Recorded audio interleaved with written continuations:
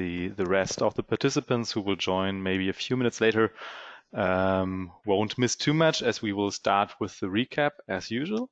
So welcome from my side, and I think also from Lotte, you already heard her, to our third session of this contact point biomechanics series. We hope you enjoyed the last 2 weeks already. We at least did. So again, thanks for your questions we got over the week. It's always nice to see that you're really enjoying the content and also make your own thoughts and have sometimes also different perspective on some topics than we have. And it's always interesting to hear these different perspectives as well. Before we hop into today's session about the stability on the bike, we would like to take a step back and look into the last session. So last week we had 2 main topics, or more one big topic, and then on the shorter side we had a little bit a talk about cleat adjustment, which was then a big topic in the questions. So that surprised us a little bit, but it was nice to have a chat with you about this. So you now should have your knowledge about the basic cleat adjustment and about guiding parameters. That was the big chunk last week. So we talked about making a complaint measurable and giving it a parameter where I can tell a customer in a transparent way how we improve the situation or not. So that's really the main message we wanted to deliver. Have in mind that as soon as in the pre-fit a customer tells you a certain problem, you should have some parameters in mind with which you want to answer this fit question, mainly. Today's session, as said, will be mainly about stability. We will, of course, tell you what we mean with stability on the bike. So it's one word describing many situations we can see on a bike. And also we will dive deeper into the center of pressure. So we already introduced it last week and promised that we will give you more details about it. And the second part of the session will be about quantifying the stability with the center of pressure, so you understand what quality of center of pressure maybe means what in terms of pelvic movement, and also how you can maybe see when the center of pressure is not ideal and when it's okay in general, to give you a certain fit window. But as said, first we will start with stability in general. Stability is a word which is widespread, not only in cycling. So we have to make sure that we all talk about the same thing when talking about stability, because basically if I just ask a random guy on the street what he thinks when a position on the bike is stable, he could also answer as soon as the rider's not falling off the bike, then it's stable, you know? He's not falling, it's all good. But of course, that's not the kind of stability we're searching for. And to make sure that we are all talking about the same kinds of instability or stability, we maybe have to also take that step back and talk about the situations when we would call a situation unstable. So of course, anything which is static, so as soon as I have my athlete on the bike and he or she is not moving, then it is stable. But then there comes the movement of the legs and so on. Then we have to now make sure that we have at least a similar way of thinking, that we have a threshold for movement. Over that, it's unstable. Lack of stability can be shown in 2 situations, basically, in a bike fit studio. One is the situation of the bike. So we talked a lot about pre-fit scenarios, you know. We have all kinds of tests. I hope many of you enjoyed the pre-fit software, actually. So you then have already seen many of the tests and also the way we would categorize certain behaviors of an athlete in that test. And as an example, we have here the squat. So in a squat movement of the bike, we could see different types of compensation patterns of a body or of an athlete. And there is then a lack of stability analyzed. So this could be a collaxim arch and therefore a lateral ankle movement. It can be a movement of the pelvis to the outside especially. And it also can be a movement of the torso. You may ask yourself why we don't write knee movement in that part. It's basically because the knee won't drive any instability or any lack of stability. So as soon as the knee moves, it is either driven by the ankle or by the pelvis. But you can't just move your knee laterally without having it based on one of these two movements. Of course, we can also have a general impression about core stability. So for this, I think you all know some exercise. You can let them do a plank or whatever to just see how strong their core is. And we will see later why that is important for us, that we at least know roughly how the ability of that athlete is to hold him or herself stable without any additional stability from that position maybe. And of course, on the bike, we can see also all kinds of different movements. So we can then look on knee movement, which could be driven by a improper position. We, of course, look on the pelvis, both in a video analysis and maybe also in pressure mapping. We can look on the back, on the head. We can see if maybe the arms are locked to gain stability as a compensation. So you can basically look on every part of the body to search for instability. The most common ones are, of course, as said, the knee, the pelvis and lower back as a unit, the upper back, the head, and the ankle. So if you want to make a checklist for yourself, I would at least look at these to see if there is anything remarkable in terms of excessive movement.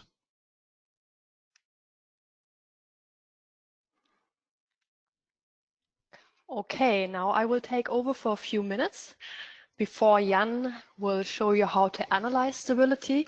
But I will use these few minutes to define a little more about why or talk a little more about why we're in need of stability on the bike. I saw that there are some physios in the group, and that's why I would like to add as well one point or the definition of stability from our perspective, because stability, as Jan mentioned in the beginning, is a very broad term. But for me, the most accurate term we could use is the ability to control movement. And I think we all agree that we want our cyclists to be in a good setup so that they can effectively control their movement on the bike.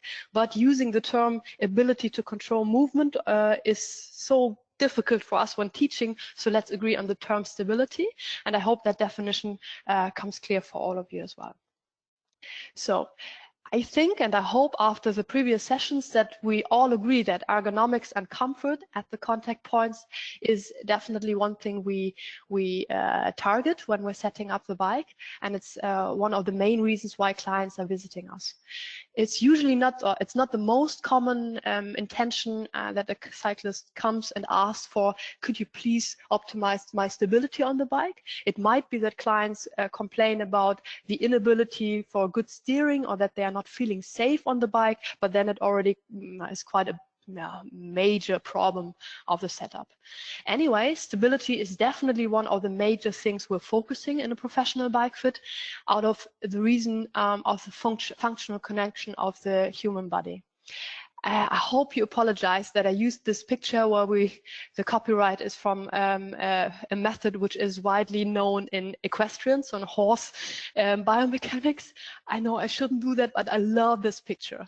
And I hope you like it as well, because I think it visualizes so nicely how the human body is connected over the whole torso, trunk up to the neck. So it's for me the nicest visualization why whatever happens with the hips has a connection to the whole body. So when we're thinking about contact point 1, I mentioned already 1 or 2 times in these sessions that the first contact point, the saddle, is for us the heart and soul of bike fitting. And not just because our pressure mapping technology is widely known for this contact point, but mainly therefore because it's the most important contact point to be set up in an ergonomic way so that it creates comfort, but as well that it creates stability. You know already, or you will know later at least, that both gets hand in hand, definitely, but stability is the point we have to focus on when we're thinking about performance. So the connection of a comfortable and pain-free setup of the saddle in connection with a contact point which generates the best amount of stability, or a situation where the cyclist has the perfect ability to control his movement, is, yeah, I would say, the title of every fit session. And what you have to keep in mind that regarding the cycling biomechanics is that whatever happens at this contact point, so the movement of the legs will have a connection to the upper body. I hope we all agree that we do not want to have moving shoulders or moving upper leg if somebody is pedaling in a low resistance or a normal resistance. We want to have movement sometimes in the shoulders if somebody is really pushing. So if somebody's starting a sprint, we're using the movement of the whole body to create forces which reach the pedal later on. But in a basic endurance setting, we want to have a stable upper body, a controlled core movement, and pedaling legs, which do not have an influence on movement of the spine. So contact point number 1, the saddle is in charge for stability, and it's a major contact point for that. So why do we want to have a stable situation? Stable means we want to have a situation where the pelvic is interacting with the saddle, but in a controlled way, not static. So we do not want that the hips are not moving, but we want them to move in a controlled way. And have a look on these pictures of visualizations here. There are 3 structures you should know, even though you're not with a healthcare background or you're fitter with a retail setting. You should definitely be little knowledgeable about the functional anatomy and be able to name some of these structures. And especially you should have some background knowledge about some functional specifics. And the first one is that these 2 hips are not connected with each other. They can move towards each other in a very complex 3-dimensional movement. So both hips move in tilt to front and back, and they move in transversal movements. Jan will speak about that later. And these movements are rotations or create rotations towards each other. And the hip bones are connected with the sacrum, which you see there. So the middle bone there, which is then connected to the lower spine segments. Due to the SIG joints or ISG joints, however you want to name them. And the ISG joints are connected with ligament structures, so fascial structures, which are usually quite stiff, but these structures at this part of the human body are not just fixed or not just stiff ligaments, but they include contractile fibers. So as muscles are very contractile, so they can get short and long when they tense. These ligaments can also get tensed, so they can cause pain. Yeah, so if you have a look on these pictures, let's focus now on the picture on the right side from the back view. You might see that the hip bones are connected with the sacrum due to these ligaments, and they are connected also with very strong fibers to the lower spine segments. So imagine now that the cyclist is applying weight force with the bony structures of the sitting bone, usually the frontal part of the sitting bone, and then the pubic rami and maybe the perineum. And this whole region is in interaction with the saddle, and then the cyclist is pedaling. And if we have a not controlled movement, this will result in excessive movements of the pelvic bones. And if that's excessive, so too much of a movement, you will have the influence or forwarded movement of rotation in the lower spine segment. And rotation is something what these segments are able to do, but they don't like it. So the lower spine segment, it's L4, L5, and S1. Please apologize if I'm sometimes using these medical terms, but I think most of you will know them. But these segments are able to do rotation, but they don't like it. Keep that in mind. Because the discs there, so the cartilage between the segments, they wear out. And they are usually also already worn out from our daily living activities, like sitting too much, standing too long, a lack of core stability, and so on. So if we create shearing force due to a sport activity, that is something these discs don't like. And if the body doesn't like something, or if you have an overviews on some structures, the muscles will react. And now connect that not just your core muscles will react, or the back muscles will react to protect your lower spine, also the contractile fibers around the ISG joints will contract, and that results in lower back pain. Okay, yeah, the message you should take with you now is if we're lacking stability at contact point number 1, this results in lower back pain. Yeah, you will see that in the single case later on. I hope you already got a broad idea now. One point I would like to talk about in the theoretical part as well are reacting forces. And I think everybody of you as a bike fitter already thought about the forces we apply as cyclists in the pedal. So these forces move the pedal forward. But if you remember a little bit physics in school, everybody had to deal with Newton's law, right? It's okay that you forgot all that. It's not super important, but just keep this one physical rule in mind, that actual is always creating a reaction. Otherwise, it's not possible. We couldn't stand straight. We would fall down because gravity would hit hard on us. So if you're pushing, or if your cyclists are pushing in the pedal, you have to accept that a good amount of the force the cyclist pushes in the pedal will come back as reacting force. Yeah, that's basic physics. It can't be different. So these reacting forces will go upwards to the pushing in the other direction of the pushing leg, and they go back to the hips. And if our cyclists don't have the ability to control the movement of the hips with his physics or with his physiognomy, his muscles, he will not sit stable. So this is training. That is something what the cyclist has to do actively with his muscles. But our job is to set up the first contact point and the whole setup of the bike, so the contact points towards each other, in the most stable way for that cyclist. So it might be really that for some riders, a more comfortable position is the much more powerful position, because they need a more ergonomic and comfortable position, because otherwise they wouldn't be able to answer and react on these reacting forces they apply to the forces they apply in the pedal. So keep in mind, contact point number 1 is not just the contact point in charge for comfort and ergonomy, it is also in charge for stability, or mainly for stability, and stability is the key factor for performance.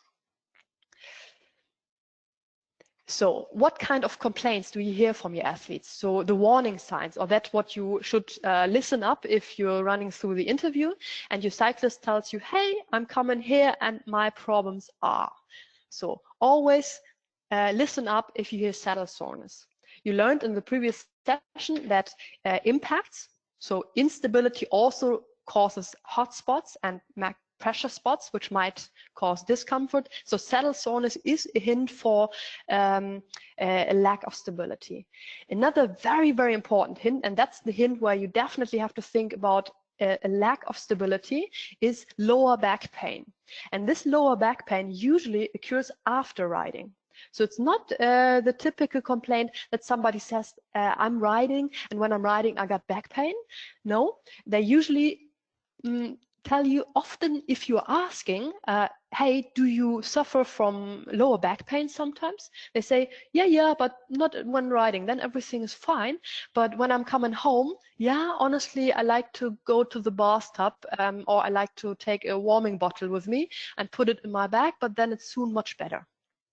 Yeah? Keep that clinical pattern in mind, because if your muscles are sore, they like temperature, they like heat, so it helps these cyclists to warm their back, and then the pain is getting better. Another complaint is typical, that somebody says, yeah, cycling is fine, I'm really good, but now I started with high intensity intervals, and honestly, that's quite painful. So afterwards, I need to stretch my back and I need to lay on the couch. It's not my leg hurting, but it is it is the lower back after riding, and then I feel worn out. Another complaint you have to be very should take care of or should mention is if your cyclist complains about a sharp pain at the side of the hips. You know that bony landmark from putting your marker there from the video analysis is the trochanter major. That's a muscle insertion of a lateral or of the side muscles of the thigh. And if they complain about a sharp pain there, very strong hint for a lack of stability on the saddle. The same for the muscle insertion more distal, so more far away from the hips, and that's at the lateral knee. For the ones who are knowledgeable, that's a typical runner's knee phenomenon, and if this occurs in cycling, again, think about a lack of stability. So I hope that hasn't been too fast. We will give you lots of self-learning sources because it's quite a complex topic, and the self-learning sources are in the script. So it will mainly be YouTube links so that you can train your skills in understanding these functional patterns of the hips. But now I'm giving over to Jan, who gives you an idea how to analyze stability on the bike. Okay, thank you, Lotte, for this nice introduction. It's always nice, as well for me, honestly, to hear things from Lotte as a physio, because yeah, you never know everything, and I think even in the preparation of this session, I learned 2 more things about this body. So yeah, it's always enjoyable to listen to Lotte's talking about anatomy, because I think it's really one of the topics she can yeah, tell you nearly everything about. So thanks. Now I will take over, as said, to give you a little impression about ways to actually analyze stability now. So now we're back from school and in the lab, and there is an athlete sitting on the bike and telling us all these interesting complaints, and we know now, okay, he has or she has to be instable. What can we do? Of course, the first thing we can always use is just our bare eye, or also video analysis. We come to this a little later. And then focus on exactly these body parts we just mentioned. So in the upper body, we will look for movement of the head. We can see if the shoulders or arms are too much straightened out, or if there's a lot of protraction or retraction in the shoulder. So if it's really bent forward or backwards. We can see if there's any torsion in the upper back. And of course, then we will go down on the body and look on the pelvis.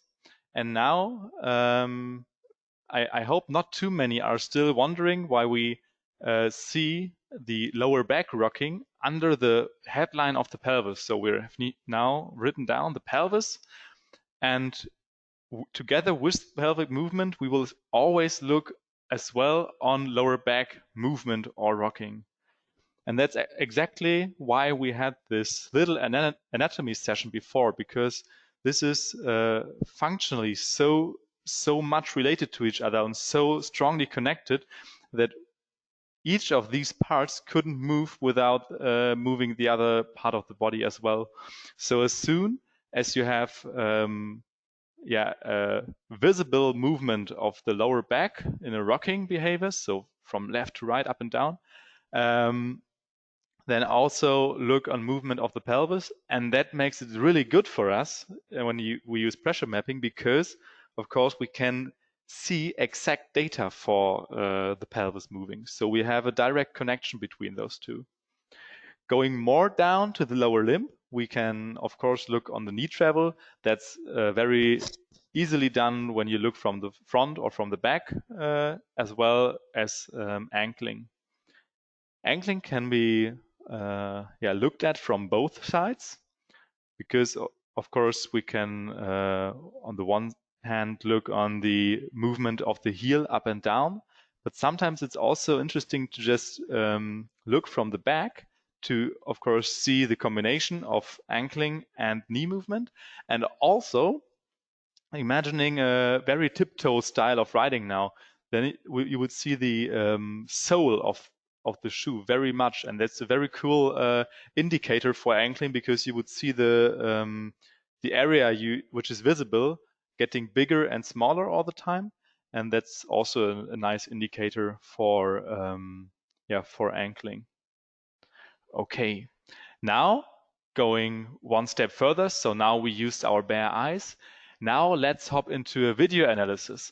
I really hope that you see a relatively smooth video right now. So this is a real customer. We don't have to dig too much into possible complaints or so. This is now just meant to show you things you can look at in the video. We will go through this step by step. So this is still an actual baseline recording. So this is how one customer came into our lab. And it is, of course, one who had struggled with stability. So to maybe answer one of the questions or one of the things I mentioned in the beginning, this is actually a situation which we would call unstable already. So in this moment, the rider does compensation with his body for a lack of stability because the position isn't set properly yet. If we go now from the top to the bottom, we will see on the one hand, we have a little sign for ankling here, and he's riding rather a tiptoe style. We go to the knee. On the side, of course, we won't see a lateral movement, so maybe look on the front, and we will see it is a little movement. So we could now put a straight line into this to have a reference and see if really there's no knee travel. There is slightly lateral knee travel, especially on the left side, but nothing too concerning in that moment. And then it gets interesting because now we're getting close to the hips, to the pelvis and lower back. And now we see pretty good what we talked about earlier. We have a high rocking, or we have much rocking movement here. And you see also that this rocking movement is started at the pelvis and it goes through the lower back as well. So if you look on the front here, on the lower back, you see this part of the body moving pretty much. And then as the athlete is straightening his arms to stabilize himself, so we see the compensation here, the rest of the body just moves less and less, but is still moving, because from the pelvis on to the head, there's not the ability to stabilize himself in that position. One question we will always have in the lab is, of course, why is this movement happening? In this case, it is mainly because of seat height. So the saddle is too high, and that's really one of the most common causes for pelvic rocking. When the saddle is too high, you see that the athlete isn't able to go to the bottom dead center with the foot, and then he leans over with the hip basically. So as soon as he's down here, he will go to his left side and vice versa. Okay. If we want to have a little bit more detail answer, we can of course see this exact same movement of the pelvis also in the center of pressure. That's what I talked about in the introduction of this block. As a little refresh from last week, we have the center of pressure over time in our pressure plot. and it gives us certain information about the positioning on the saddle and about the movement quantity. So how much movement do we have? That we know this by the dimensions of the center of pressure. And also we will have an information about the quality of center of pressure or of the movement by looking on the quality. This longitudinal dimension now, so just looking from front to back, will just tell us how much pelvic tilt we have in that pedal stroke. So how much is the athlete tilting his pelvis forth and back while riding. This is one of this, or one part of the movement we have in cycling, in this three-dimensional rotational movement Lotte talked about earlier. And the second part will be, of course, the rocking. So that's when we talk about the transversal travel of that center of pressure. Here we have now the pelvis flipping from left to right. That's exactly the pattern we saw in that video before. And here, of course, we don't want to have it too excessively, because that will create exactly the shearing forces in the discs and in the muscle tissue we don't want to have, because, or if I don't want to get punched by Lotte, the shearing force, of course, is not in the muscle, but the muscle has to compensate for it. Sorry in advance. Okay, if we now look on the pressure plot of this customer, so this is the exact same pressure plot from the video we just saw.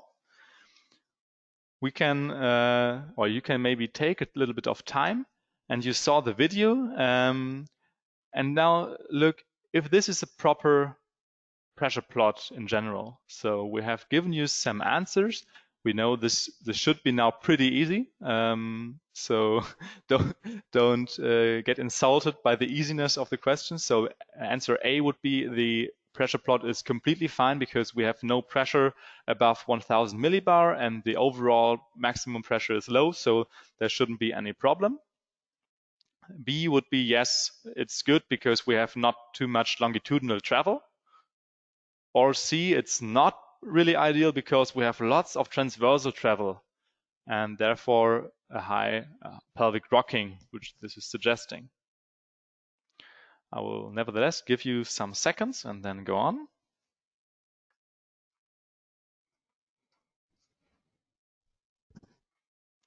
And I hope all of you can agree we don't have an ideal pressure plot in this situation because we have lots of pelvic rocking here. So we have lots of transversal travel in the center of pressure. And if we now press the play button, so this is actually the dynamic pressure plot, we will also see that the athlete is really leaning. So please concentrate now on the left to right loading ratio maybe. And you will see that there are times where the athlete is nearly exclusively sitting on the right side or on the left side. And this will create this high movement in center of, you see? Now we have nearly no loading on the right, no on the left. And that's a clear sign that there is something going wrong, that there is such a high amplitude between the loaded phase and the unloaded that there is nearly no loading anymore. Okay, now we saw we have different types or different ways to analyze stability or instability in general. And now we want to give you some reason maybe to more often rely at least on pressure mapping if you want to be transparent to the customer. As you remember, in the first sessions, we talked about being transparent and giving your customer a good way to follow the optimization we went through. And so we give you now the comparison of the initial and final position in the next slides of all three ways we looked at. So the front view of the video, the side view, and the saddle pressure mapping. And maybe you can decide for yourself which information is most clear in general. So to sum up the things we did, we lowered the saddle in that fit and we hired the handlebar to take out the tension out of this position. And now we will jump into the first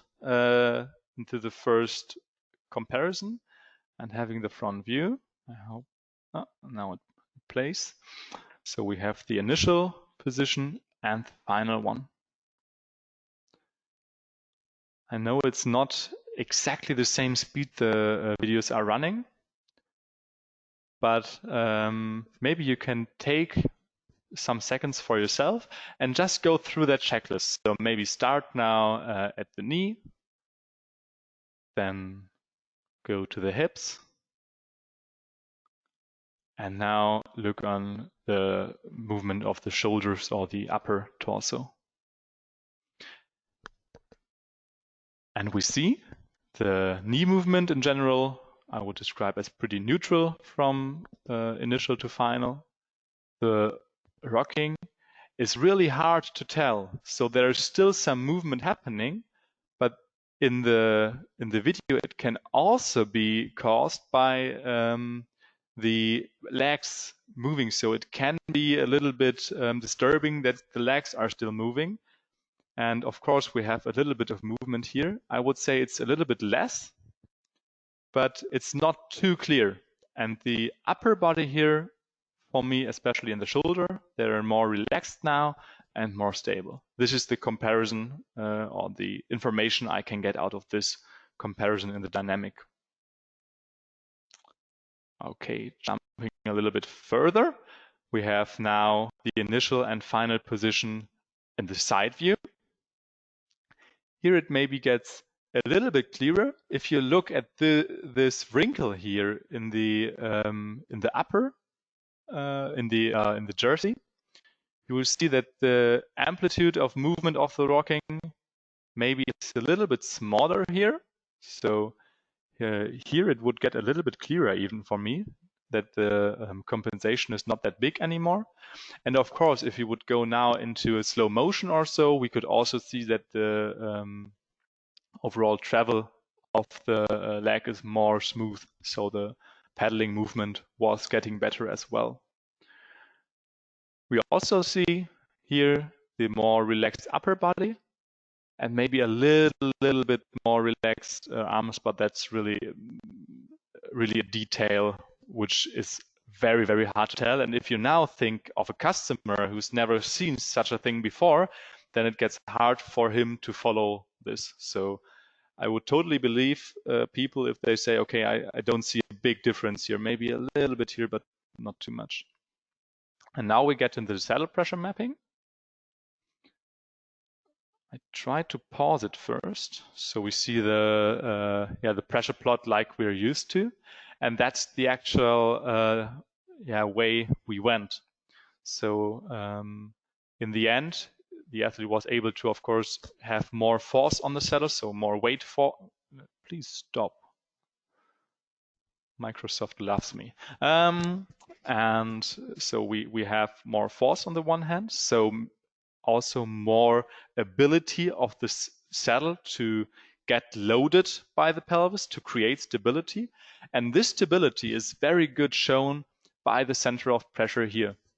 And I don't remember exactly how big the travel was, to be honest. I think it was about 40 millimeter or 35 millimeters, so way above what we describe as ideal, and got into the fit window later. So we went under 25 millimeters in the end by just putting the saddle onto the right place. And in the dynamic movement, now please play, you can also see now that the loading is much more even. So for the transparency part, and also to get a really detailed information about how low have we now to go with the saddle and when is this, so do I need to go 2 or 3 millimeters? I can recheck and see which will create the most stable situation in a very detailed way now. Okay, I hope I've not used too much time.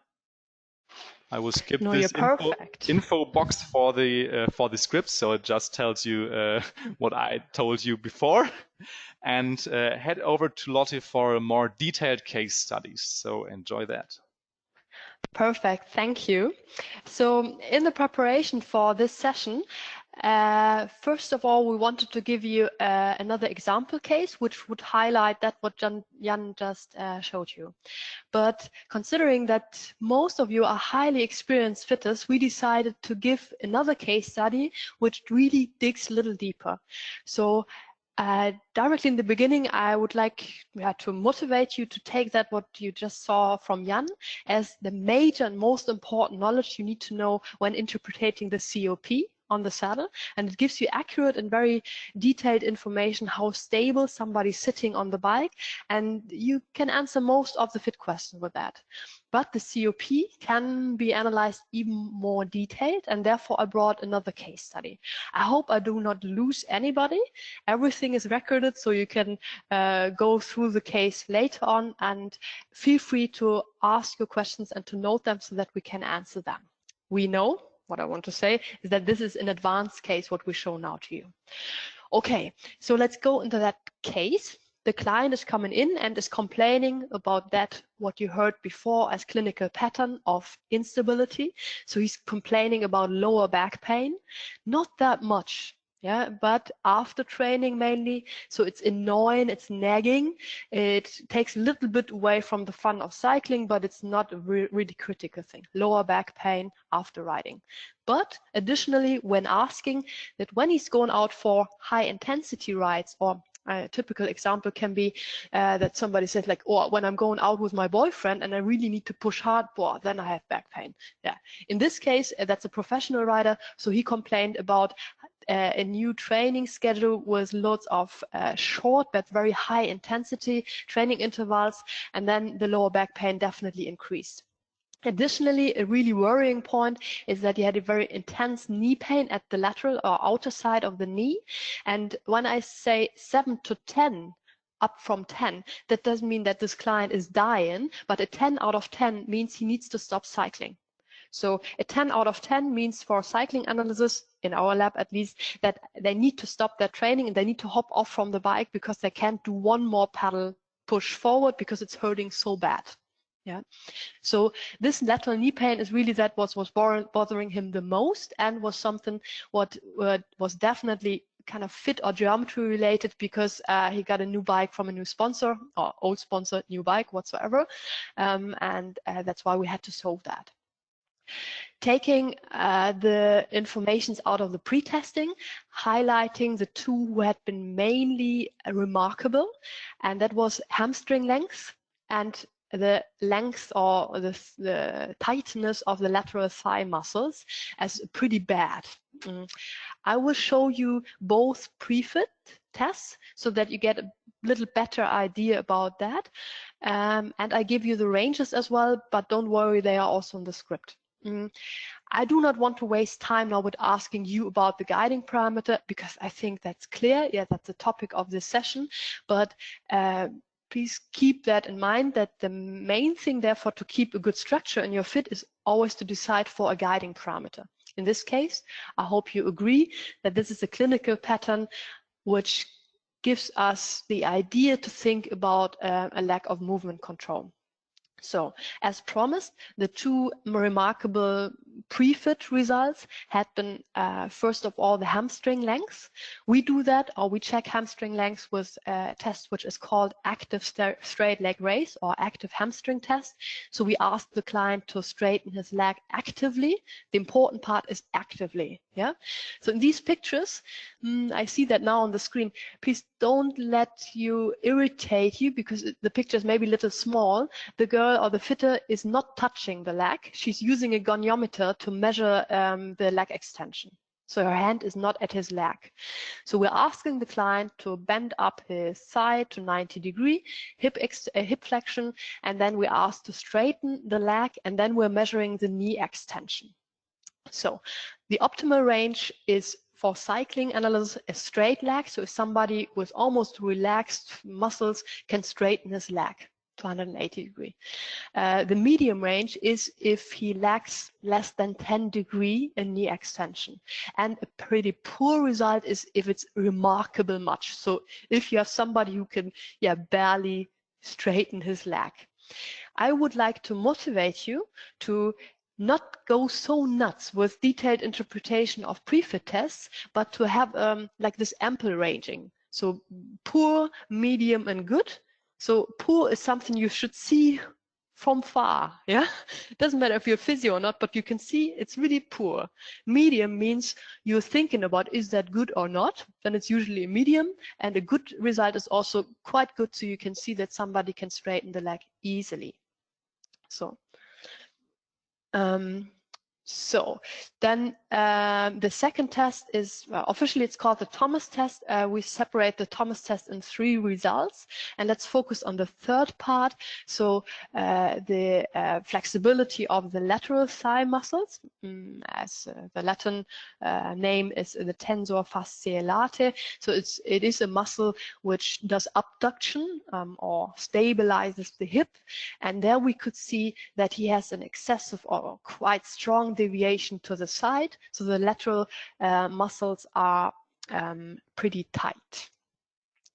So summing that up for this example case here, what you know from the this cyclist from the pre-testing is complaining about a clinical pattern which guide us to instability, and we know about a limited hamstring flexibility, and we know about a limited, strongly limited lateral thigh muscle flexibility, where one side occurred to be much worse than the other. Okay, let's go into the fit session, or into interpreting the data here, and observing the motion analysis from these different perspectives, as Jan showed you. Yeah, I mean, you could see something, you could find something maybe worth thinking or worth observing, but definitely you had to have a pretty good eye to observe what was happening there. So in the pushing period, in the leg travel in pushing period, it was, you could guess maybe that his foot was a little further outside compared to his hip centers, and you could observe tiny little bit an internal rotation of the thigh or of the femur, but honestly that was guessing, and that was something where I wouldn't trust and bet money on necessarily, but at least it gave a little hint. So going deeper into the analysis, looking at contact point 1 at the saddle and focusing on the stability parameter, we can see the pattern here on the right hand side. And let's focus on the different informations we get out of the pattern of the center of pressure. So please excuse this red circle there, which should highlight the center of pressure is moved a little far downwards. We will optimize that for the script. So, but we're focusing here on this black line here. That's the center of pressure. So, and you learned already that we would like to have the position of the center of pressure, let's say here. That's the optimal position of the center of pressure. And another thing is, we would like to have the center of pressure definitely in the middle of the saddle. So if the whole pattern is moved to the side, it is not something what we would call optimal. Yeah, so to the side is definitely something where the cyclist moves with his gravity, center of gravity, obviously a little bit to the side. And it is something we call a poor position of the center of pressure. So what we observe here is a poor position of the center of pressure. The next point is that the pattern, where you remember that it should look like a sign of infinity or an 8 on the belly, that this pattern does not look, we call it, it's a bad quality. So it has one big curve and one small curve. So it looks crooked. It looks messed up. It's not good. If you go into the numbers, or into the millimeters, so the dimensions, how far the center of pressure moves left and right and back and forth, we have numbers transversal, so left and right, it's 15 millimeters, and longitudinal, it's 32 millimeters. And for the ones who are experienced, or for the ones who listen very carefully, you might remember the reference zones, and the reference for the longitudinal transfer dimension of the center of pressure, so the tilt movement, is 20 millimeters. So we know, we see in numbers that the tilt, or the tilting movement of the hips of this cyclist seems to be excessive, seems to be too much and not stable. What we see more is that the transversal movement, where we have a reference number of 25, seem to be stable and okay. Okay, so keep this information in mind, what we know out of the center of pressure or the contact point analysis. So comparing that now from before the fit and after the fit, I was thinking about if I give you all the measures we done, but I would like to focus a little more on the analysis parameters here. Just so you know, we worked a lot on the setup of the bike, which included in reducing the saddle to handlebar drop, a lot of fine adjustments on the saddle, so bringing the saddle further to the front, working with saddle tilt as well. One very uncomfortable situation that we had to stick to the same saddle due to sponsorship, but we worked as well with a custom insole, or first shimming with at the footbed, and secondly was customizing that in the insole. So on the right side you see the final result of quite a comprehensive fit session, or it was even 2 fitting sessions. But let's focus now on the analyzing parameters, so that you get a better understanding what the COP can tell you in detail. You might see that on the left picture, initial position, that we have a not optimal position of the center of pressure. I'm repeating myself, sorry, because it's too far to the left, but we see as well that it is too long, so it goes too far to the front and to the back. It is normal or stable in terms of transversal movement. On the right side, in the optimal position, or in the optimized position, maybe not optimal, but the optimized position, we can see an effect of a reduction of the longitudinal dimension, but with 27 millimeters, that's still not within the range what we would declare as stable. As you remember, it's 20 millimeters, so everything goes in the right direction. So the 27 millimeters are more stable than in the initial position, but it's still not optimal. On the other hand, the transversal movement gets a tiny little bit more, and this in a summary. In the summary, you can see that the stability ratio, which is calculated from both information, so from the tilt movement of the cyclist and from the rocking movement of the cyclist, the stability ratio stays the same. So, as I said, that's a comprehensive case. Don't get lost here. I wanted to highlight that even though the stability ratio tells you in the left or initial position, the number just tells you it is stable enough, you know? So the cyclist is not completely unstable on the bike or lacking stability, but in the details, in the numbers, we see, that's maybe also caused because the stability ratio is a calculation which gives a broad information about the stability at this contact point. In details, we can see it is not optimal. It is too much tilt, and it's a not optimal movement pattern on the saddle. On the right side, you can see it's getting much better after setting up the bike. So he's getting more stable in terms of tilt. The pattern is more centered, so the cyclist sits more centered on the bike. And summing that up, it is a more ergonomic, more stable, and more balanced movement pattern of the pelvic structures on the saddle. Okay, so given you the summary or the evaluation of that case, let's go back to see to sum up the results. I think you've seen, and that's why I put the results out of the other parameters in gray, that as it is a very complex case, it's quite good here to focus just on the guiding parameter. Our guiding parameter is stability, or the topic we have to tackle here is stability. So we have to focus on the center of pressure, and we take the other parts slightly aside. I think just with the pictures you can see that even some of the other parameters are answering in a quite positive way, which is nice to observe, but it's not our target, or it's not that what we're mainly focusing on.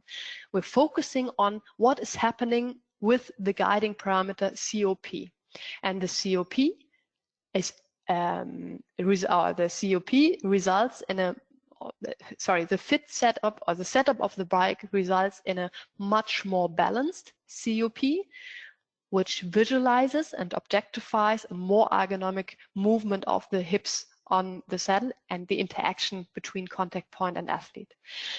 The COP ratio, which is a general information about the stability, stood the same. It was stable in the beginning and it's still stable at the end, but we need to have a look into the details to figure out what's wrong there. So another question in this case, and something I would like to absolutely highlight in this case, that other questions here are, is that enough, or is it enough to set up the bike in an optimized and much better way, even though our guiding parameters are confirming that? Or is that a case where we are either professionals by ourselves with a healthcare background and able to handle this very serious knee pain situation, or do we maybe refer to a specialist within our network regarding training and maybe even treatment consultation? In this case, this is a client which is an ongoing consultation from us. The setup and some measures at the second contact point at the foot resulted in a complete solution or complete relief of these problems he complained about. So the bike fitting measures had been good enough, and it was a very successful setup. But always keep that in mind. If somebody's complaining about severe physical or severe pain situation, which sounds like a clinical pattern, always to cooperate as well with a physio or somebody who can maybe help as well to treat that, so that the recovery is quite guaranteed. Okay, so I think that was fast for a complex case study. I haven't had a look honestly in the chat field, because I try to explain this case in a hopefully partly structured way, but I think we can go over now to Jan. You're taking away my mouse, I guess. Yeah, I just opened the chat field myself. Okay, thank you. Okay, as I mentioned, or before we go into the question and answer round, there are there are documents we would like to provide you, because this is a very complex topic where we know that we can't, we can give you, we can open a door and we can give you some motivation and ideas how to use that in your fit sessions, but we digged pretty deep into the data analysis regarding COP values, and the values and reference values we will give you here are average values, and average values means the data comes from a huge amount of data cases, but they include men and women, different disciplines, and even different performance level. So if you want to have a more detailed idea about reference values, a conference presentation of mine might be interesting for you. It's called Gender Specific Movement Pattern, from the Science and Cycling Conference in Cannes in 2016. And for the ones who are Jibaima's partner, we can send out the presentation of that conference if you drop a mail and if you're interested in that. And for the ones who are interested in a blog article which covers that topic as well, you'll find that on our website. It's called Stability is Key. You find the link in the script as well. And as said, the script will have one or two more basic example cases about stability and one also more complex one. And you'll have some self-learning sources about functional connections in the human body, because we can't cover the whole anatomy and background for that. But I think it might be interesting for you as well. So hopping into the question section, and Jan, would you like to start, and I read through what came in between? Yeah, there's not too much yet. So Ivan had a question. I think it's about the case study. It's from a few minutes ago. So maybe Ivan, could you specify on which part you had this question? Do you mean the pre-fit test with the leg extension, or which kind of extension do you mean? Lotte, do you have a clue?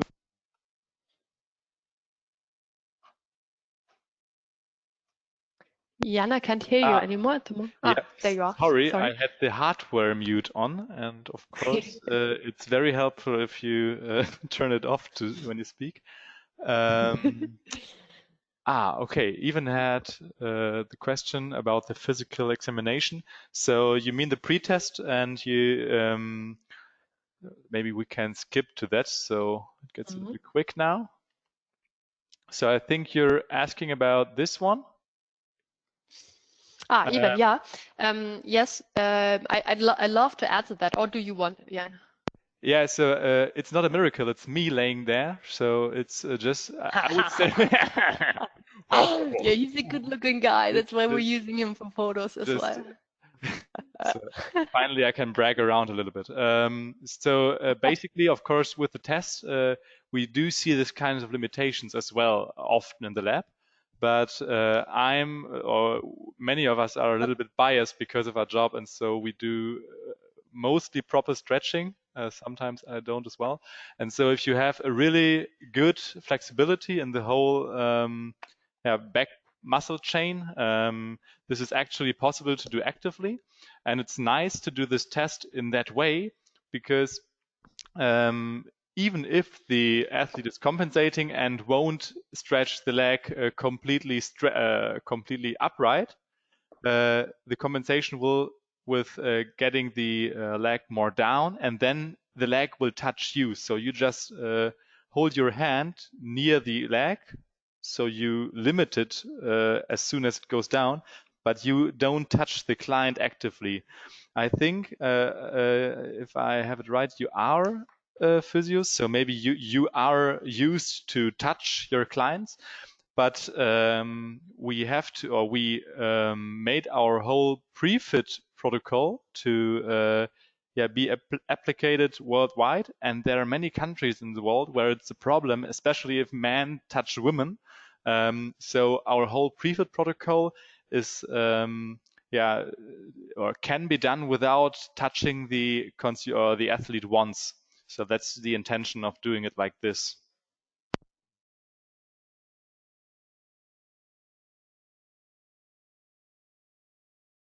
And it is, I fully agree.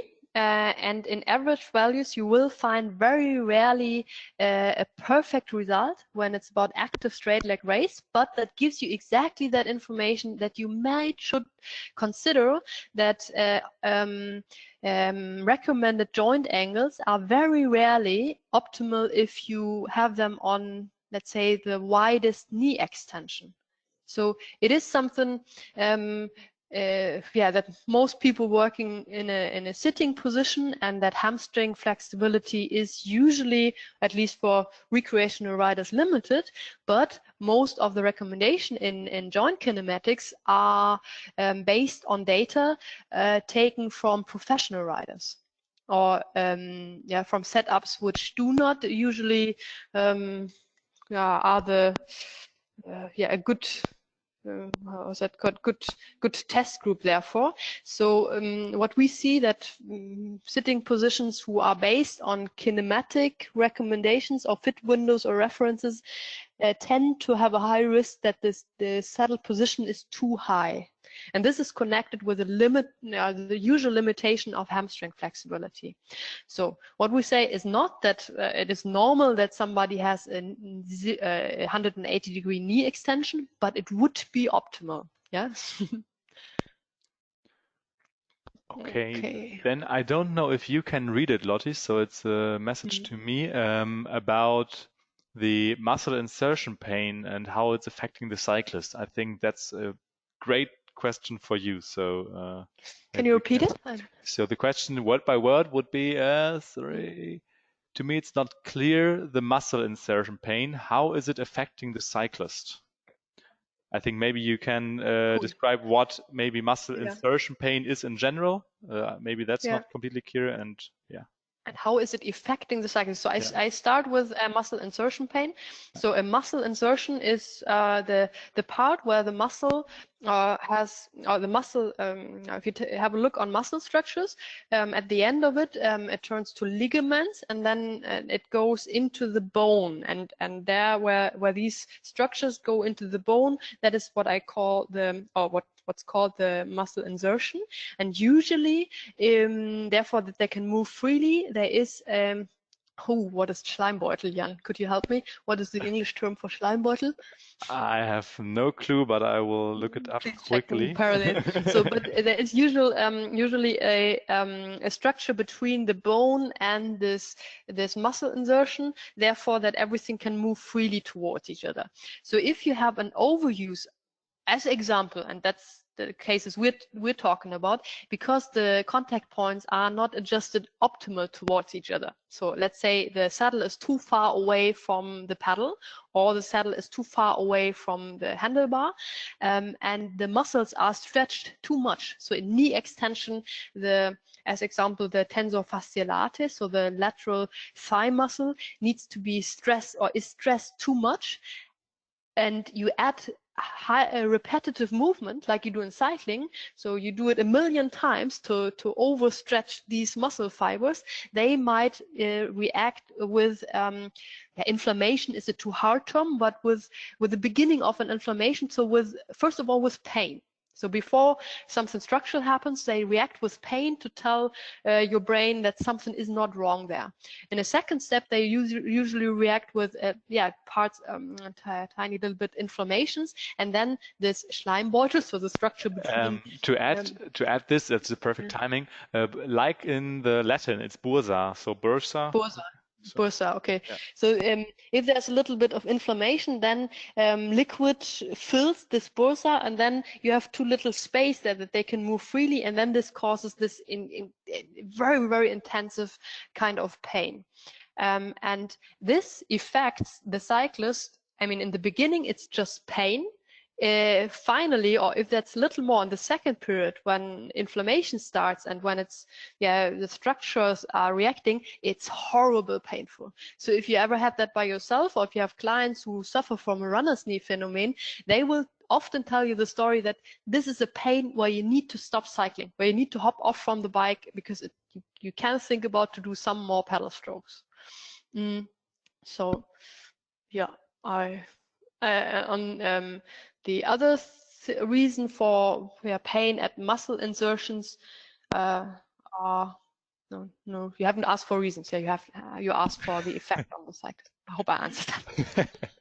Okay, I will just go on. There's another private question about the maybe a further explanation for this stability ratio. It's basically what we introduced already in session 2. So you should find the math behind it in the script of session 2. It is basically a way to summarize the transversal and longitudinal travel of the center of pressure into one value. So one general value, which is giving you a broad overview about the overall stability. You calculate it by just multiplying the travel longitudinal and transversal and dividing it by 100. So imagining you would have, it would be a very stable situation now, but 10 millimeter transversal travel and 10 millimeter longitudinal travel.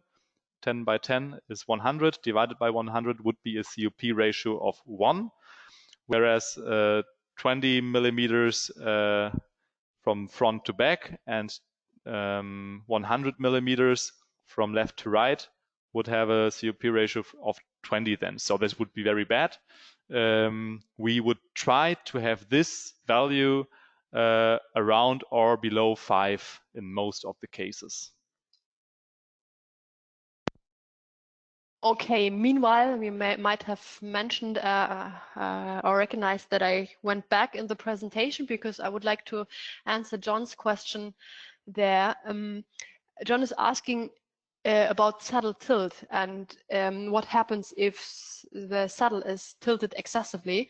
And this is a question or a talk I really like to a question I really like to answer because I have to admit that this was my biggest fit failure I did in my first year. So it's long ago, so I can talk about that, but it's very long ago, and I had suffered in my career pretty much from intense saddle soreness as well.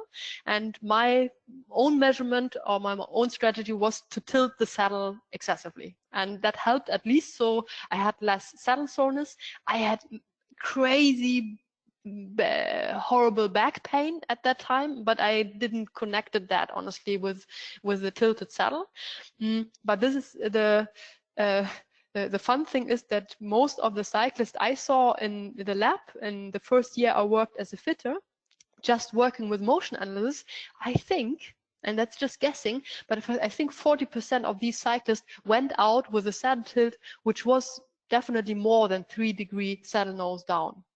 So when I started working with pressure mapping devices and I learned the background about stability and where to look, how to analyze that, I found out that I really made a lot of poor setup of the saddle, because I hadn't recognized that even though you might have a positive effect on saddle soreness or numbness in the pubic region due to a strong saddle tilt, you create a much bigger problem because you're missing that the main point is just the poor seat height or poor saddle position, and you're creating another problem which is caused from the lack of stability.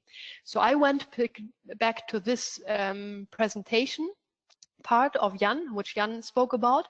So the left position could be a position where the saddle is strongly tilted, maybe because somebody suffered from saddle soreness before, and then he tilts the saddle, and you can see there's no pressure in the sensitive pubic area. So you obviously solved the numbness and the problems caused from, as example, a too high seat height. But what you missed, if you're not working with, or not thinking about what you know from pressure mapping, you missed that you created a very unstable situation. So the cyclist with a massively or strongly tilted saddle will almost in 100% answer with a lack of stability at this contact point, and that results sooner or later with intensive training loads in lower back pain or in overviews of other structures. Okay, we have another question. Maybe that's also one for Lotte. Maybe I also just missed you answering it about the adaptation period you used in that fit client. Was this already answered? I don't think so. No. Wait, I saw it upstairs. Yeah. From Geoff. Yeah, Geoff. What kind of adaptation period did you use to see if lateral knee? So that's a really good question, Geoff. That was honestly why I mentioned that at the end. I love to motivate all fitters to take fit-related problems in their hands with respect to if there is structural damage or if there's something what is really getting close to an overuse injury which needs a proper rehabilitation period, you have to be a little careful not to work with a physio or somebody who is a specialist also in rehabilitation. So my guideline and what we teach within our team, because we just have a very few physios and the other ones are engineers and fitters with another background, is that if the problem is directly gone, so if we're setting up the bike and we're not quite sure, we call the cyclist, or the cyclist needs to call us after 1 or 2 rides, and if he says that this problem which occurred and he complained is gone in 100%, that's fine. Yeah, but if it's not gone in 100%, we ask the cyclist to consult a physio, not because we're not motivated that it will, or that the fit might be the biggest driver, of that problem, but because we know that rehabilitation plans should be consulted and should be advised in a professional way. And if you want to know more about that, I can easily give you some more sources to learn more about which structures need which kind of rehabilitation. But I would like you to respect as well the different chapters, that if we're professional fitters, it's amazing, but there is a how they call it, a level where we should definitely cooperate with a healthcare specialist. And so in this case, that was the good and nice example that this was cured a few days before. So he dropped into the lab, we could set up the bike, and his pain was just gone, and we didn't need to look on it from a physio perspective as well. Another question, but just feel free to answer to ask more if I haven't answered that properly. I copied one question which I received here in the private chat because I found it interesting. It says, I think I have noticed that in training of different concepts, that there's a focus on sit bone widths. Yeah, okay.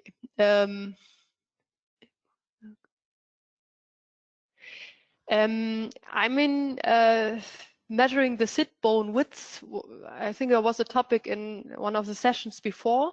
You might have seen that in the script that there's an example case for different saddle widths. I'm really not a great fan of starting a fit session in that way. I think it misleads more than it does good. I'm sorry to be that straightforward, and that's maybe caused from the German harshness as well, but it misleads many decisions because the sit bone width measured in a static situation does not give you that much information. You do not know where the cyclist loads the saddle, so maybe somebody has a slightly wider sit bone width, but he's loading mainly the middle area, so the pubic ramies, and in that case he or she has a narrow distance, and you would choose a wider saddle, and this saddle has a wider wing section, then you've definitely made completely the wrong decision regarding saddle construction. So, but let's not be arrogant, because not everybody can work with a pressure mapping device, and I need to start somewhere. So if I need to start somewhere, honestly, I would start with a questionnaire and not with measuring static sit bone distance. I know pretty many good retail fitters who say, it doesn't matter for me. I know how limited this information is. So I combine my good questionnaire and asking the right questions with measuring with a static sit bone device. But I take very many informations in consideration before I make my decision. And I do not measure sit bone distance and then I choose, if it's wider, also a wider saddle, because that's honestly in many cases just purely wrong.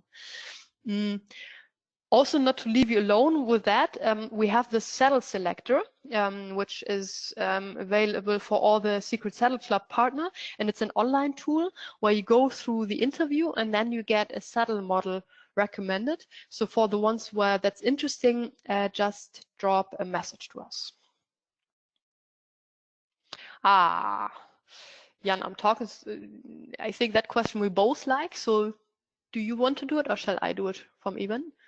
I can try at least.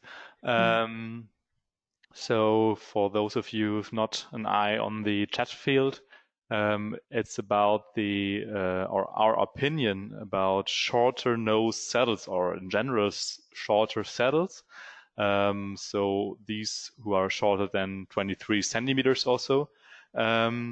And honestly, I would say it depends really on the. And I know you will all hate us after these 5 sessions, because every second question is answered with "it depends," but I'm sorry, it does. So, for example, in the case where I have a mountain biker who wants to slide on the saddle, maybe in the uphill, to have a good center of gravity in relation to the bike, to not fall over, a long saddle nose can have a good function. In certain types of road riding, maybe a long nose can have a good function. In many terms, especially when you're dealing with very high performance athletes.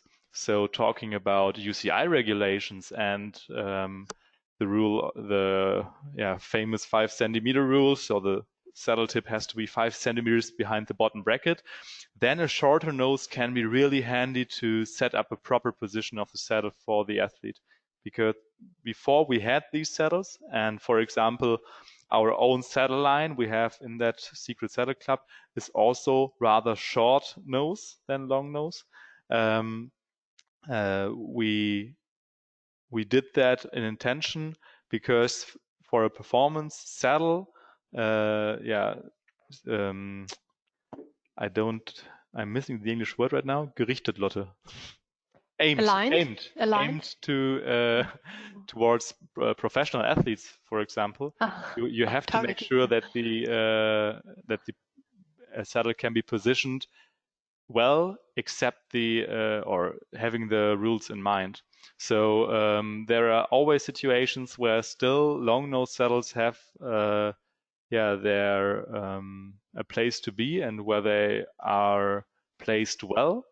But in many times or in many cases, these short nose saddles can work pretty good. Mm-hmm. Okay, so I would like to add one information, as I work a lot, or worked in all these years a lot with pro female riders, and with most of the female riders, we ran into the problems that we couldn't position the saddles within UCI regulations and ergonomically optimal due to the length of the nose. So it totally makes sense to have shorter saddles, therefore that we are able as fitters to position them in the individually optimal position. I tried to combine two questions. So Geoff, if I understood you right, measuring sit bones width is super interesting, but please in the dynamic situation. So the distances, as I described in the last session, the distances are interesting regarding the sitting bone distances there where they load the saddle, and the distances of the pubic ramies, and the distances of the frontal parts, all the anatomical structures. And if you have all this information, you can perfectly make your decision for the right construction of the saddle. And to be fair, also having a broad idea if somebody has a very narrow, medium, or even a very wide distance of sitting bones is not wrong. What I declare as wrong is to make a decision purely out of that one information. It's good that you're asking that, because maybe I will explain in a misunderstandable way. So let's take the example. Somebody's coming in, a woman usually, you have a much wider sitting bone distance. And out of that one information, you're grabbing a very wide saddle. Yeah, you have a very high risk that this is not optimal, because if this client, this woman, has a very good pelvic tilt and is moving forward and is loading her pubic rami, and there's the distance is quite normal or even narrow, and she's not necessarily loading her sitting bones, you will create problems due to the shearing of the too wide saddle construction. So I would at least add in that moment, hey, do you suffer from shearing? Which kind of saddle models have you ridden before? Which one do you really like? Which one you dislike? Absolutely. Do you have problems like lower back pain, which give you the sign of instability, so that maybe the width is not enough, and so on. So with good questions and the information of the sitting bone distance, I think you can make a good decision, even though not working with pressure mapping. And Geoff, and yeah, that's the other information question from John. I think I know what you mean. In that moment, if somebody has a wider sitting bone distance, then what is really displaced on the pressure mapping device, this will always result in very high pressure rates at the edge of the saddle. So let's take this picture you also see in front of you and focus now on the right picture. If you would have these two yellow dots there on both sides, this gives you the idea that there's quite an important loading area, really at the edge of your pressure mapping device and at the edge of that saddle model. So in that moment, I would definitely give you try a wider saddle model, and then you would see that there are not this high pressure rates at the edges of the saddle. In this case, that is not the case, because if you measure center to center, you see it's more, let's say, the alignment of the cyclist you should work on and not the saddle width in the rear part. Okay, do you have any more questions? Okay, I've one more I received also in a private. One moment, I copy it.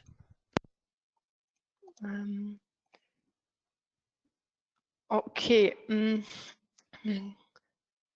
Yeah, Mitchell, I heard, we heard that sometimes our fitters who are very, let's say, very familiar with another fit protocol, that they say like, well, but you're doing it completely different.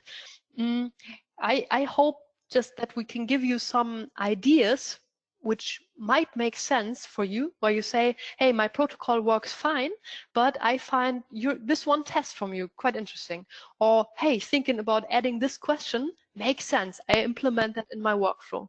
Or maybe the other way around. Maybe you say, hey, your pre-fit is fantastic. I can like working with that, but honestly, that one test I have out of my retail fit is something where I made so much experience with, so I would never like to miss that. Please keep that.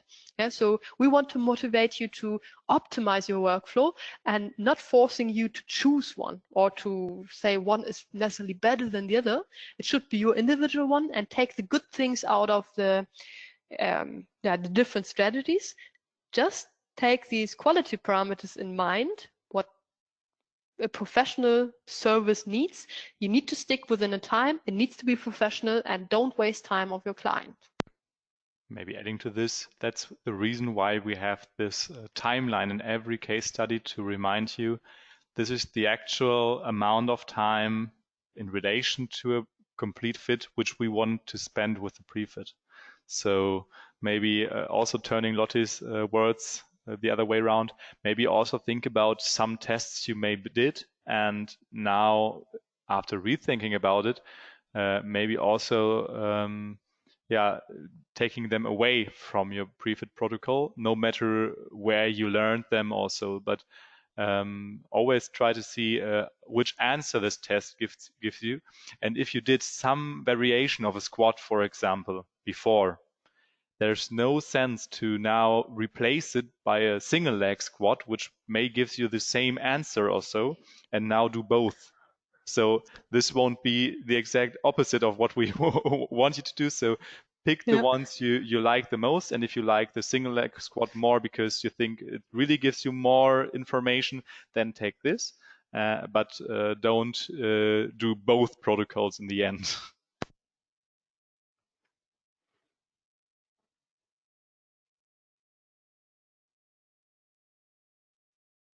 Letizia, now when I'm reading your question, I remember that I missed to answer one question. You asked what's CP1.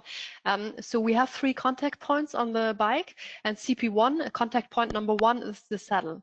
Contact point number 2 are the insoles, or the footbed, or the foot pedal interface, and contact point number 3 is the handlebar. Sorry, I forgot that. And another question, how we can choose between 132 and 143 widths of the saddle. I don't know, have you followed the first sessions where we did the basics of pressure mapping? Maybe it helps to repeat that. So we always start with a baseline measurement, and in the baseline measurement you see what the actual situation of that client is. So as example, the client comes in with a 132 millimeter saddle. You would see in the pressure mapping device that the loaded area of that saddle in the rear part is not wide enough. And then you could try a 143 saddle model. Or the other way around, you may have a 143 saddle width with a V construction in the wing section, and you would see it occurs shearing forces in the wing part. So you have to decide maybe also for 143 saddle, but therefore with a different wing construction. So you always take the baseline as a reference, and from there on you decide which is the more optimal situation. If you have no information, so if you're in the retail setting and you don't know what saddle to choose first, then we recommend to go through an algorithm, so asking specific questions, doing a specific test, and then this algorithm, we call it saddle selector, gives you an information which saddle to choose first and to measure the baseline with. Okay, and then there's another question from Wolfie. Greetings to Dubai. Hope you're well. About grippy surfaces on saddles. So he's talking about the Prologo saddles, but of course there are many companies right now on the market offering any kind of grippy surface. And generally, to a certain degree, I personally like it. At least I like it rather to have a rather grippy surface than one which is completely slippery. So it's welcome in a fit that a saddle has a certain degree of grip on it, but I wouldn't like you to misuse it in cases of instability. So as soon as an athlete is sitting not stable on the saddle, putting on a different saddle with a grippy surface or putting on grip tape won't solve the initial problem. So then the compensation maybe happens on another part of the body and creates tension. So imagining the example we had, so the excessive pelvic rocking because of a too high seat height. If I now do the extreme case and just fix the athlete by using super glue also, so really talking about the extreme, then the hip or the pelvis isn't able to compensate now for this movement. Of course, the lower back is now not moving as well, but then you have too much tension on the complete leg. So of course the length between saddle and pedal has to be done by the athlete, and now as he can't move towards it, he has to stretch. So then you will maybe have cramps in the end in the hamstring also. So this would be just one extreme example. So make sure that the overall position really fits, and from there on, if you just want to provide this little part of extra stability or security for the athlete, maybe when you have a triathlete with a little bit of saddle tilt and you want to provide a more stable foundation, then these grippy surfaces come in really handy.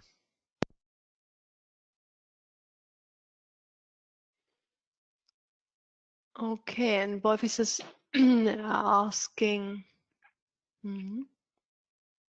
Oh yeah. So that's a super interesting topic. Jan, let's keep that in mind for the next session. That because I think it's a quite interesting topic for the triathlon session next week about weight distribution at the three contact points, but let's ease it for handlebar versus saddle. It is a topic where, again, it depends on. Always keep in mind that you have to add the information from the client. So if somebody is already complaining or already mentioning, or you should ask as well, sore shoulders or little painful shoulders or sometimes cramps in the trapeze muscles or stuff like that, that should definitely give you the limitation that there is no that you overstep the border of too much weight force on the handlebar. Take in consideration what you know about the core stability of an athlete. I like to use the term or the sentence that you need to earn your try position, or you need to earn your aggressive position. So if you're lacking stability in terms of athletic ability of your core, that's not the moment to go to focus on maximum aerodynamic gains, because we know, or you hopefully also got an idea about it, but we'll speak next week about that, stability is one of the major parts for aerodynamics as well.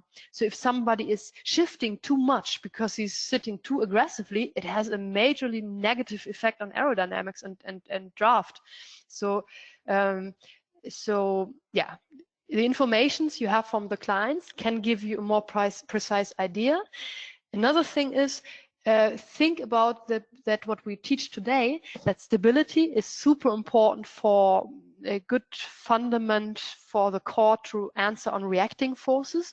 And if you have just a few kilos weight force on the saddle, honestly, that might be aerodynamic for a very short period of time, won't work on long distance races in road cycling, won't work in mountain biking, definitely not, and won't work in long distance triathlon or longer distances of triathlon as well.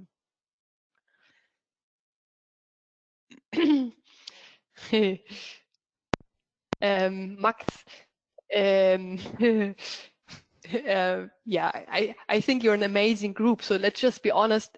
I think there's nothing wrong on that.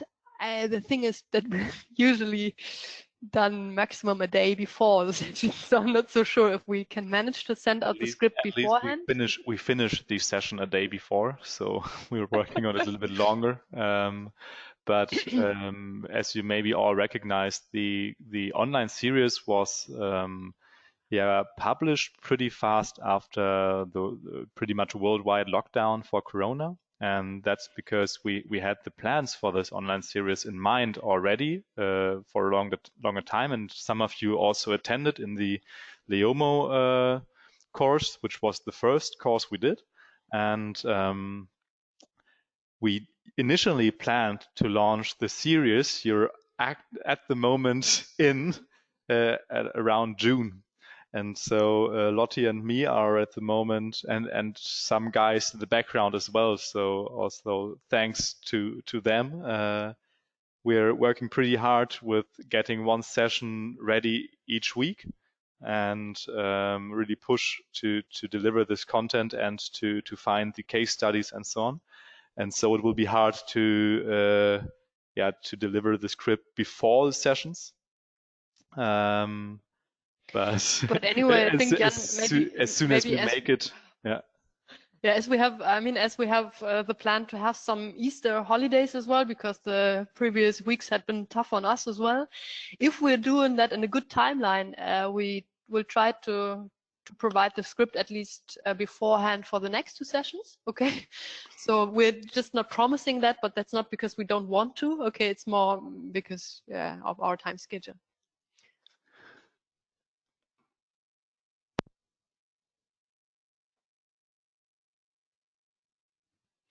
So, John, do you, Jan, can you hear me? Yes. Yeah, okay, we can hear each other. That's good. Geoff, see the longer movements on. Can you see the longitudinal movements on saddle left and right? Sorry, I don't understand the question. Jan, do you get that? What John means? Geoff means? No, me neither. So I think that he's thinking about the that the longitudinal movement, can be seen just in the center. Where do we have a pressure plot? So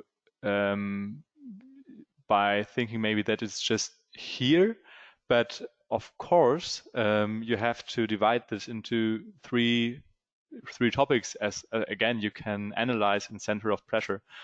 The center of pressure always correlates with the center of gravity of the rider on that bike. So it's not one-to-one, but it's really, really close to center of gravity. So maybe let's talk like this. Maybe it gets clearer then.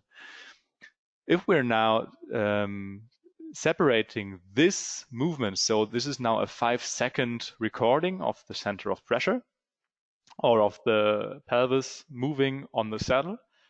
And now we have to analyze this. And this is easier by dividing this complex movement into smaller movements, which create this overall in the end. And this is a longitudinal and transversal movement in the end.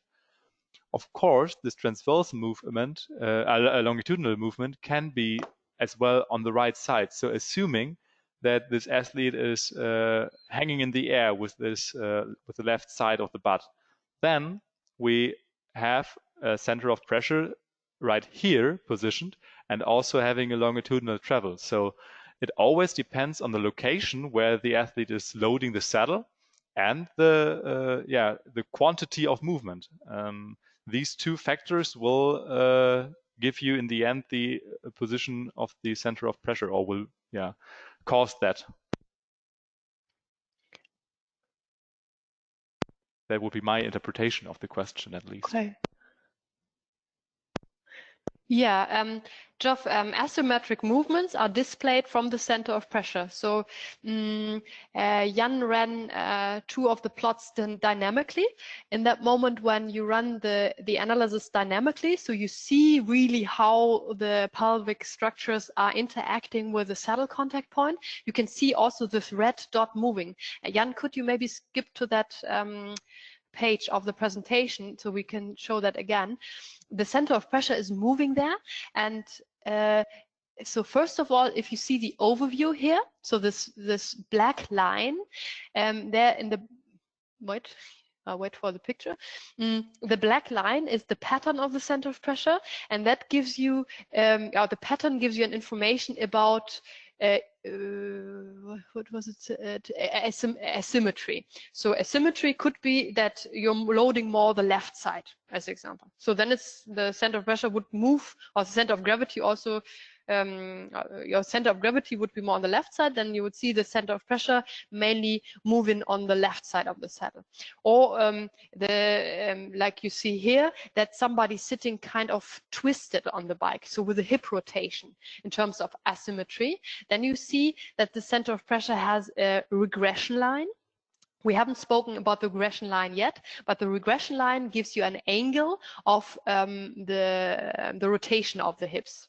So in this case here, this case visualizes a cyclist who sits asymmetrically on the saddle in not very strong, but still remarkable asymmetry, and the hips functionally, or the pictures show you a functional asymmetry where the left, can you stop it, Jan? Because otherwise I can't see that. Thank you. Yeah, so we see the the right hip is tilted backwards. And this is visualized and quantified from the regression line. So the regression line has an angle because the regression line is optimal if it's 0, or visually you see it in a horizontal position. And here in this example you can see that it's not horizontal, but that it's tilted, that it has an angle. So, okay, if there are not more questions, I think I will now slowly skip to the last slides. Yeah, we have some upcoming because events. Because Lottie and me are afraid that we don't know what to do with ourselves after this course, and you asked for it. We chose to now open the registration for the level 2 course. So we will have 1 week of space after this course, also for you to do the test. And to recover a little bit our brains. And then we will start with the level 2 course, focusing on the foot pedal interface, so foot pressure mapping, knee pain, further stability analysis, all we can cover in this level 1 scenarios, and of course all your questions as well. So we would love to see you in there, because many of you already asked us when we will do that, and so we had to deliver. And we're looking forward to this. And also, as it's written there, Lottie will have the pleasure next Friday to do a webinar. I think it's together with Niels, right? Yeah, exactly. So with our Benelux partner, we're running a webinar about insole pressure mapping. To be fair, that's just one session, so we can't go so deep into, but maybe for the ones who are considering maybe joining the second contact point biomechanics class, that could be quite an introduction on that. So I would be really happy to see some of you there. It's a free webinar. it might be also a little bit marketing orientated, so it's more presenting our tech and to give an idea what you can do with it, and maybe too broad for some of you, but we wanted to invite you at least. And as speaking about that, my colleague Daniel did such a webinar about the Secret Saddle Club and about the saddle concept, but as there was so much time, he could really dig deep into the description of saddle constructions, and that might be super interesting for some of you, because I mean, some of the things we're explaining, they are not just valid regarding our saddle concept, but you can learn a lot about constructions and where to look at. So if you're interested in that, it's recorded, then drop a message or a mail to me and I send you the webinar link. That's free to listen to. You just need to invest some time. I think it's about an hour. Okay, and then we would like to invite you to send all your questions about triathlon to me. So Wolfie basically already started, so weight distribution is already noted, because next week will be all about tri-specific bike fitting, because we have many guys in here working with triathletes, and there are some things to have in mind when working with triathletes. Speaking of workflow, so remembering session 1, we want to have a realistic protocol. We will share our protocol. We will talk about triathlon saddle loading, of course, and as we'll talk as about you know, crank lengths a little bit. Yeah, Yes. as well. And as you now know, we are in a process of doing this series, and this is, of course, also a big advantage for you. So now it turns out to be an advantage, because as soon as you have anything in mind now to which you ever wanted to know about triathlon in a bike fit, please drop me a message to my mail. And we will try to squeeze as much information into that session as possible, as usual, so we can cover all requested information in that. And we are really looking forward to do it. Really interesting. And please really feel motivated. There is no topic which is doesn't matter if it's too complex or doesn't fit in, because even though we can't fit it in, we will prepare an example case or case study so that you at least have that in the script. So feel free to drop whatever you want to know, and we'll deliver.